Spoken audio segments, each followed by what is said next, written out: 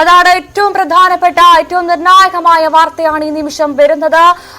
ആദ്യമായി ന്യൂസ് 18 ഈ വാർത്ത പുറത്തുവിടുന്നു. KV ബൈജുവാണ് ഈ വാർത്ത ന്യൂസ് 18 പുറത്തുവിട്ടുകൊണ്ടിരിക്കുന്നത്. മനുഷ്യന്റേതിന് സമാനമായ അസ്ഥി ഗംഗാവലി പുഴയിൽ നിന്ന് കണ്ടെത്തിയിരിക്കുന്നു. ഇത് ആരുടേതാണെന്നുള്ള ചോദ്യമാണ് ഇനി അവശേഷിക്കുന്നത്.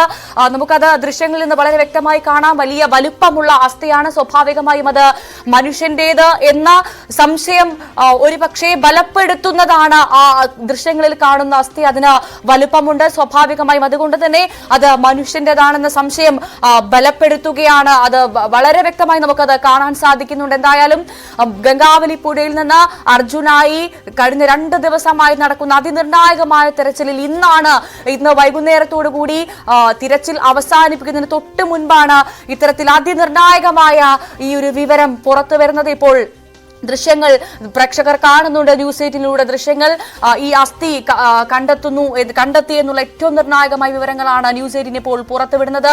ഇനി ഈ അസ്ഥി അത് DNA പരിശോധനയ്ക്ക് അയക്കും. അതിനുശേഷം മാത്രമേ നമ്മൾ കഴിഞ്ഞ 2 മാസമായി ചോദിച്ചുകൊണ്ടിരിക്കുന്ന ചോദ്യത്തിന്റെ ഉത്തരമാണോ ഈ അസ്ഥി എന്ന് നമുക്ക് അറിയാൻ സാധിക്കുകയുള്ളൂ. ഇനി അർജുന്റെ അസ്ഥിയാണോ, അതല്ലെങ്കിൽ ലോകേഷിന്റെ, ജഗന്നാഥിന്റെ അതാണോ, ഇനി അതല്ല മറ്റാരുടെയെങ്കിലും ആണോ എന്നുള്ള ഒരുപാട് ചോദ്യങ്ങൾ അവിടെ ബാക്കി നിൽക്കുന്നു.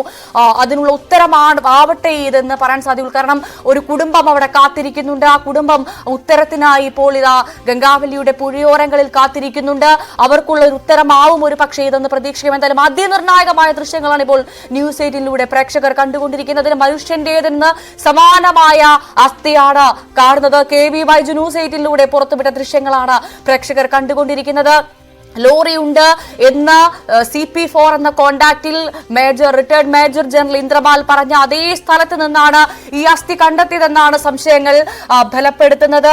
നമ്മുടെ ചോദ്യങ്ങൾ കൂടുതൽ ചോദിക്കാൻ തോന്നുന്നത് അതുകൊണ്ടാണ്. കൃത്യം പറഞ്ഞിരിക്കുന്ന CP4 എന്ന സ്ഥലത്ത് നിന്ന് ഈ അസ്ഥി കണ്ടെത്തുമ്പോൾ അതാരുടേതെന്നാണ് നമുക്ക് അറിയാൻ സാധിക്കുന്നത്. ഏറ്റവും പ്രധാനമായി മൽപേ നാളെ തിരച്ചിലിറങ്ങുമെന്നുള്ള വിവരങ്ങൾ കൂടി ഇപ്പോൾ KV ബൈജു പങ്കുവച്ചു. ബൈജു, നമുക്കിനി അറിയേണ്ടത് ഈ അസ്ഥി അതാരുടേതെന്നാണ്. അതിന് DNA ടെസ്റ്റിന്റെ ഫലം വരണം. DNA ടെസ്റ്റിന് ഈ അസ്ഥി അയച്ചു കാണുമല്ലോ അല്ലെ?